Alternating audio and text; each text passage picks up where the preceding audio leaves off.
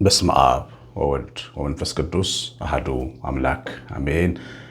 ሁሉን የሚችል ጌታ እግዚአብሔር የባረካችሁ ልጆች ያደረጋችሁ ብሩካን እግዚአብሔር ልጆች የእግዚአብሔር ሰላም ይበዛላችሁ። የመስቀሉ ሰላም ወደ ቤተሰብ ወደ ልጅነት ያመጣችሁ ቀራንዮ በተከፈለው ዋጋ የዳነ ሕዝብ ሆነን ዕዳ ተከፍሎልን የአብ የወልድ የመንፈስ ቅዱስ ልጆች የሆናችሁ ሁላችሁ እንደምን ቆያችሁ? ሁሉን የሚችል አምላክ ጌታ ሕያው እግዚአብሔር ስሙ ለዘላለም የተወደደ የተመሰገነ ይሁን።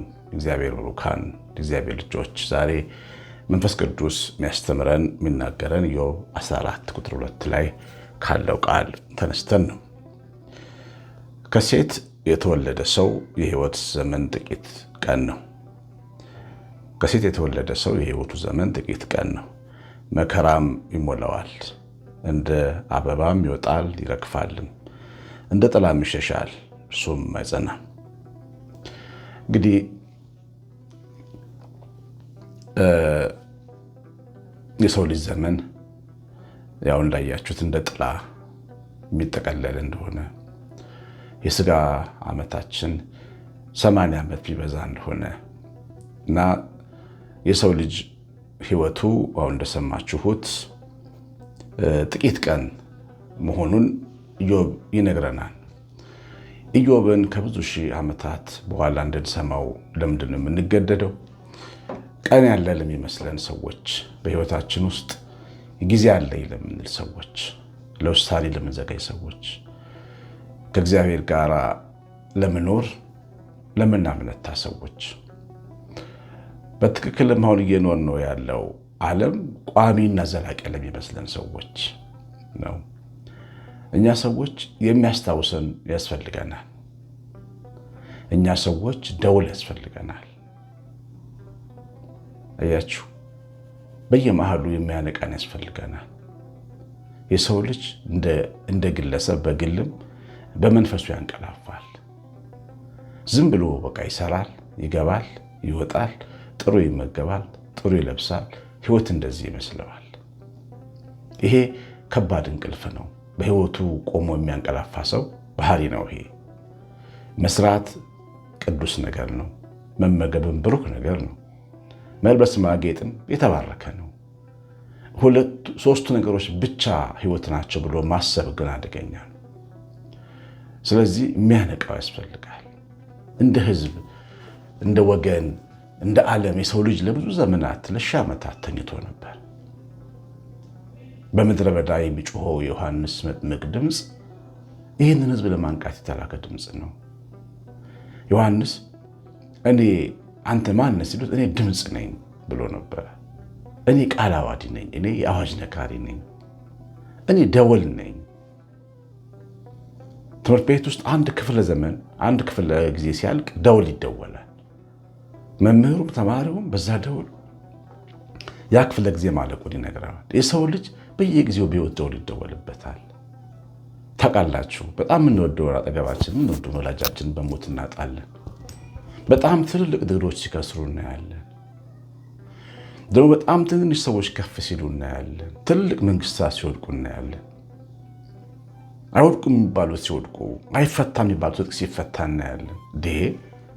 ተገርመን ተደንቀን ዜና አድርገነው ብቻ አይደለም ልናልፎ የሚገባው። ክፍለ ጊዜው ሲያልቅ የሚደወል ደወል ነው። እኛ የምንነቃበት ደወል ነው። የሰው ልጅ ሊነቃ የሚችልበት ትልቁ ማንቂያ ደውሉ ሰማያዊው ድምፅ ነው። ወንጌል ነው፣ እግዚአብሔር ቃል። እየሄድንበት ያለው መንገድ የሚያዋጣ አለመሆኑን ጊዜያዊ መሆኑን የሚያስረዳን ያስፈልገናል። ኢዮብ ይህንን የሚነግረን የሕይወት ዘመኑ ጥቂት ነው ይላል። አሁን ብዙ ዓመት ያለን ይመስለናል። እንደውም በተለይ በዚህ ዘመን ስራ ስለምንሰራ ይመስለኛል ጠዋቱ መቼ እንደመሻ አናውቅም። ሳምንቱ መቼ እንዳለቀ አናውቅም። ዓመቱ መቼ እንደደረሰ አናውቅም። በተለየ ሁኔታ የምድር የጊዜ ስርዓት ተቀይሮ ሳይሆን የህይወታችን ስርዓት ተቀይሮ ነው። የሩጫ ዓለም ውስጥ ስላለን። ግን እንደዚያም ሆኖ ምንኖር ይመስለናል። በነጩ ዙፋን ፊት መቆማችን እንረሳለን። በሞተልን በጌታችን በኢየሱስ ክርስቶስ ፊት መቆማችንን እንረሳለን። በሚወደንና በፍቅሩ ገጽ ፊት መቆማችንን እንረሳለን። አንድ ቀን ፊቱ እንቆማለን። ዳኛው ፊት እንቆማለን። ሁሉን የሚችለው ሁሉን የሚያውቀው ሁሉን የሚመረምረው አምላክ ፊት እንቆማለን። ግን እሱን እንረሳለን።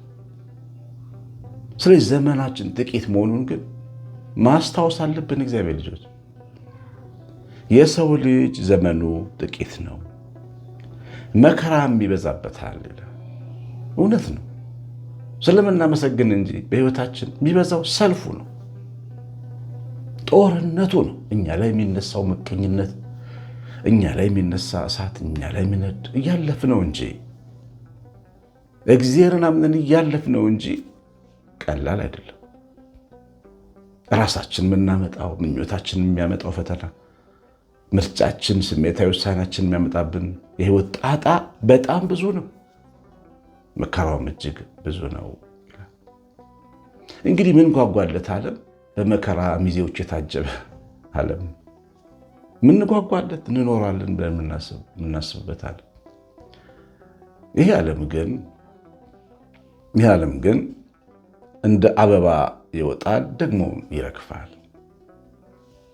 አንድ ከተማ ኖር ነበርና በልጅነት ያደግኩበት ከተማ ቆይቼ ሄድኩ።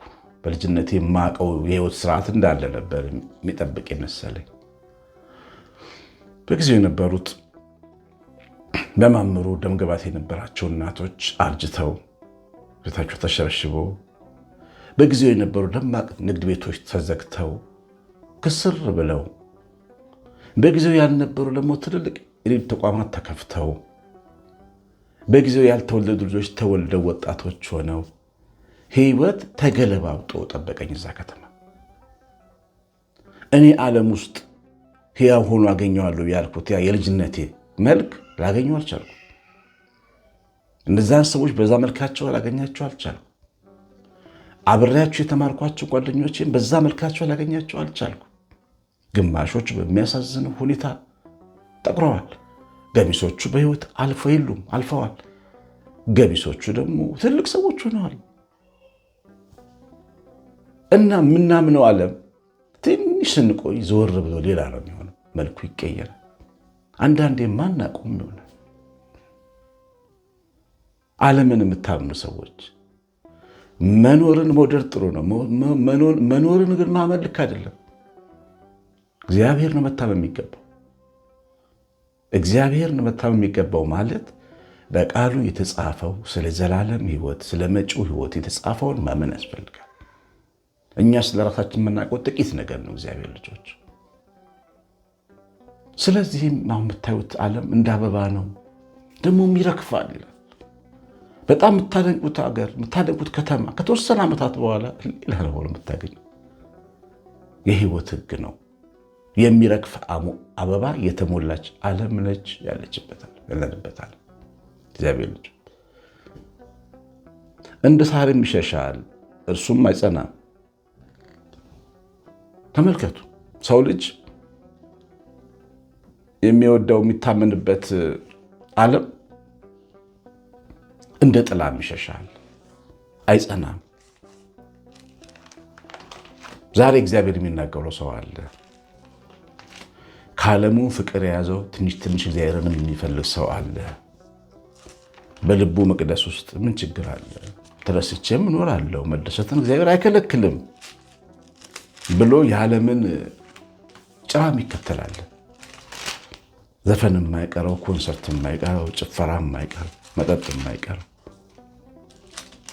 ሴቶችን ወንዶችን ማማረጥ የማይቀረው፣ አንድ ቀን ንስሐ እገባለሁ የሚል በጣም ብዙ ሰው አለ ማዕከላችን። እግዚአብሔር ብሩካን በጣም ብዙ ሰው አለ።